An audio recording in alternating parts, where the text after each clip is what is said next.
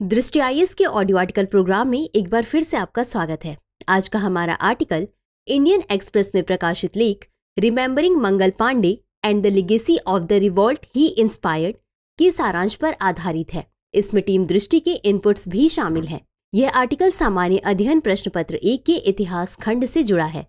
तो आइए आर्टिकल की शुरुआत करते हैं।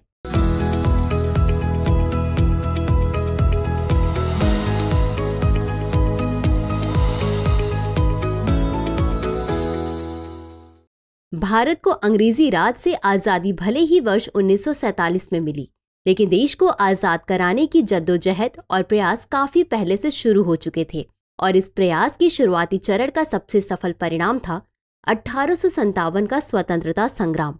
इस क्रांति ने ही पहली बार भारतीयों की ताकत से अंग्रेजों का परिचय कराया था। इस क्रांति की शुरुआत की थी 34वीं बंगाल नेटिव इन्फेंट्री की 6वीं कंपनी के एक साधारण से सैनिक मंगल पांडे ने।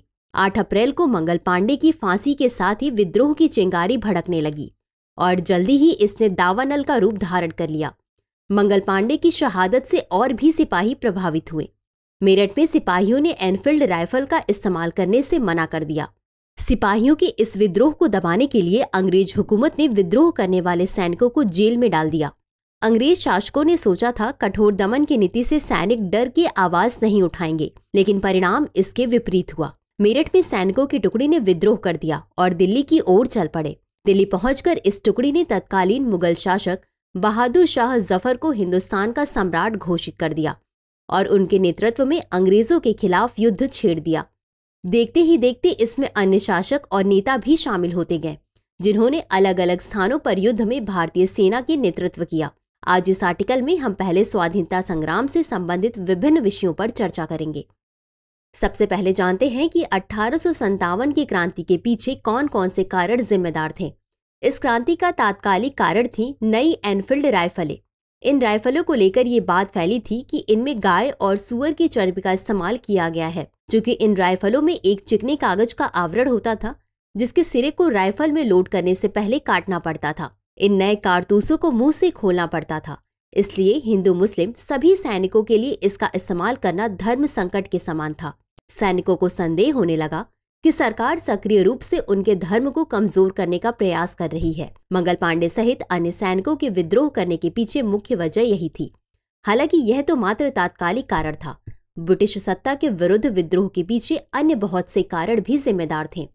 विद्रोह के राजनीतिक कारण चूक के सिद्धांत और प्रत्यक्ष विलय के माध्यम से विस्तार की ब्रिटिश नीति थी। डॉक्ट्रिन ऑफ लैप्स या चूक के सिद्धांत के तहत बड़ी संख्या में भारतीय शासकों और प्रमुखों को अपदस्थ कर दिया गया। गौरतलब है कि डॉक्ट्रिन ऑफ लैप्स नामक ब्रिटिश तकनीक पहली बार 1840 के दशक के अंत में लॉर्ड डलहौजी द्वारा लागू की गई थी। इसमें प्राकृतिक उत्तराधिकारी के बिना एक हिंदू शासक को उत्तराधिकारी अपनाने से रोकना और शासक के मरने या त्यागने के बाद उसकी भूमि पर कब्जा करना शामिल था।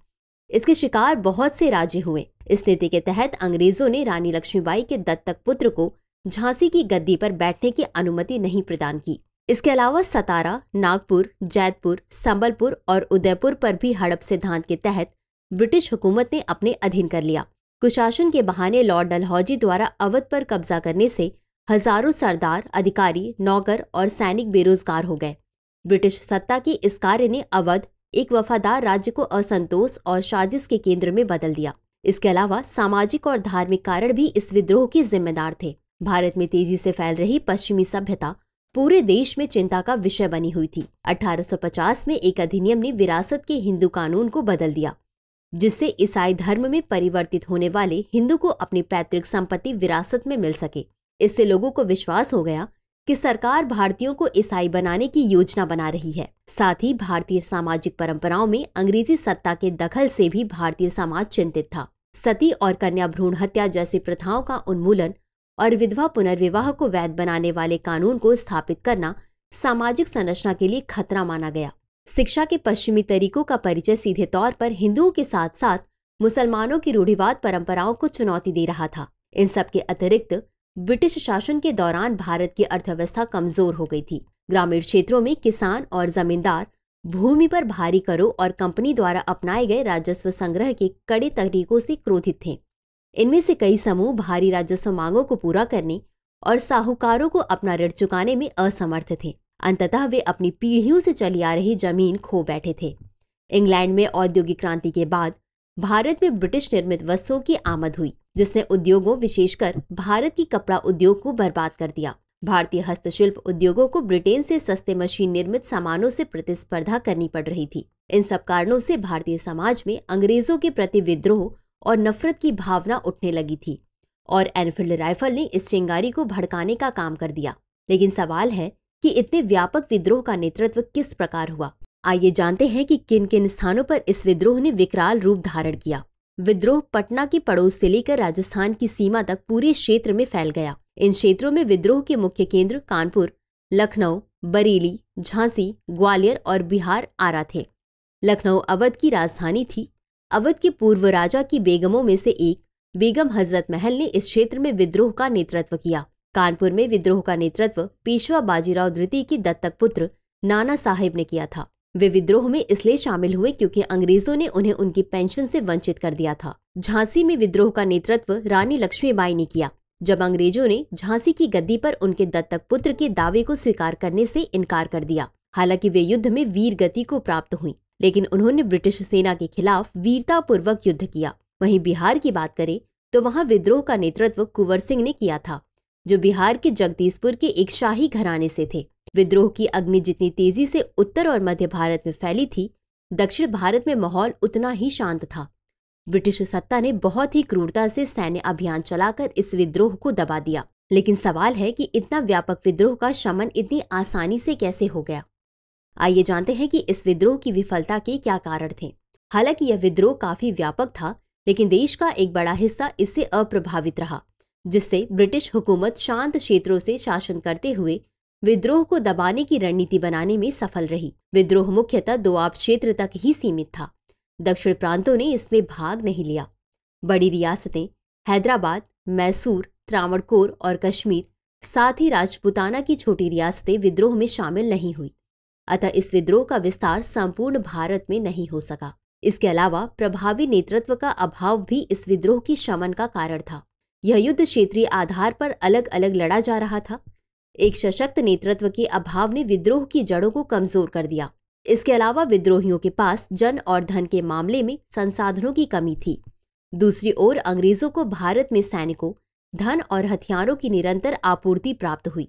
मध्यम वर्ग ने इस विद्रोह में उदासीन अथवा कहीं कहीं अंग्रेजों के पक्ष में भूमिका निभाई। अंग्रेजी शिक्षित मध्यम वर्ग, बंगाल के अमीर व्यापारियों और जमींदारों ने विद्रोह को दबाने में अंग्रेजों की मदद की। चलिए अब देखते हैं विद्रोह के परिणाम अथवा निष्कर्ष। 1857 का महान विद्रोह आधुनिक भारत के इतिहास में एक महत्वपूर्ण मील का पत्थर था। यह विद्रोह सफल भले ही नहीं हुआ, लेकिन इसने भारत में अंग्रेजी शासन की नींव हिलाकर रख दी। इस विद्रोह के परिणाम स्वरूप शासन व्यवस्था में कई तरह के परिवर्तन हुए। विद्रोह ने भारत में ईस्ट इंडिया कंपनी के शासन और शोषण का अंत किया। विद्रोह के फलस्वरूप भारत ब्रिटिश क्राउन के प्रत्यक्ष शासन के अधीन आ गया। इसकी घोषणा लॉर्ड कैनिंग ने 1 नवंबर 1858 को रानी के नाम पर जारी एक उद्घोषणा में इलाहाबाद के एक दरबार में की थी। भारत कार्यालय देश के शासन और प्रशासन को संभालने के लिए बनाया गया था।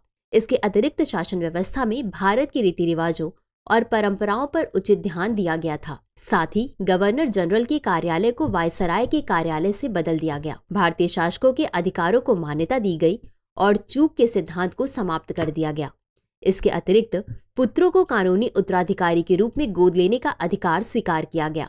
साथ ही भविष्य में ऐसे विद्रोह को रोकने के लिए सैन्य संगठन में परिवर्तन किया गया। सेना में यूरोपीय सैनिकों की संख्या बढ़ा दी गई और उन्हें प्रमुख भौगोलिक स्थानों और सैन्य पदों पर रखा गया।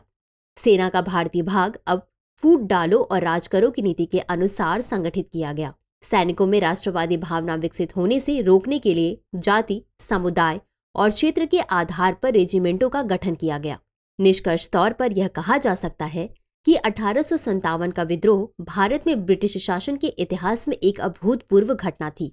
इसने सीमित तरीके से ही सही एक सामान्य उद्देश्य के लिए भारतीय समाज के कई वर्गों को एकजुट किया। हालांकि विद्रोह वांछित लक्ष्य हासिल करने में विफल रहा, लेकिन इसने भारतीय राष्ट्रवाद के बीज बो दिए। तो चलिए नोट कर लेते हैं आज के सवाल को। 1857 के विद्रोह की विफलता के क्या कारण थे, समीक्षा कीजिए। तो व्यूअर्स, आज के लिए बस इतना ही। मिलते हैं अगले एपिसोड में किसी अन्य टॉपिक के साथ। तब तक के लिए शुक्रिया। डियर व्यूअर्स, अपने एग्जाम की तैयारी को और बेहतर करने के लिए हमारे चैनल को लाइक, शेयर और सब्सक्राइब करना न भूलें।